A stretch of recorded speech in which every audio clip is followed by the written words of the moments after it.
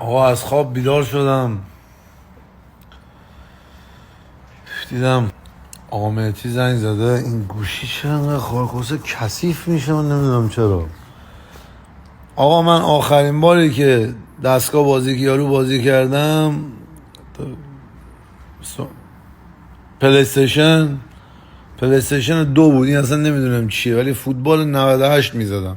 یه سری تنقلات هم آورده. امروز که مریضیم دیگه رژیم نیستیم، میخوریم دیگه. امروز که مریضم دیگه رژیم نیستم.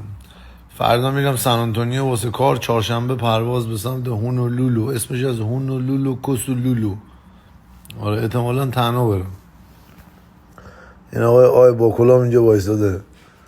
از صبح تا الان انقدر آورد غذا مزا ما خوردیم مردیم آجی.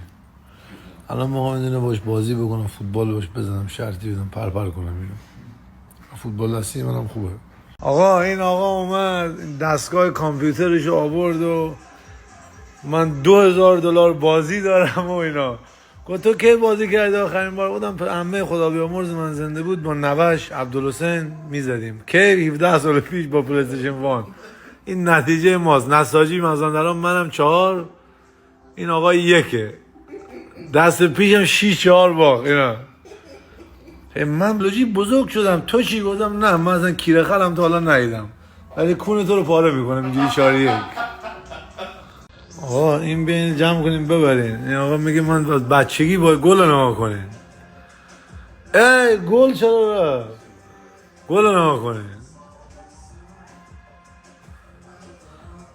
نتیجه رو بالا نما کن. 5-3 دقیقه 92 جیب جاب خداحافظ بزن.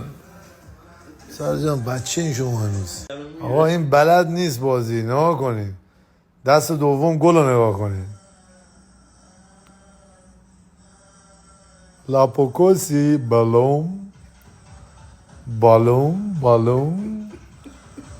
میگم من از بچگی میگم ما $600 خرج این میکنم. من نمیدونم این پلیستیشن چند از شمارش؟ 5.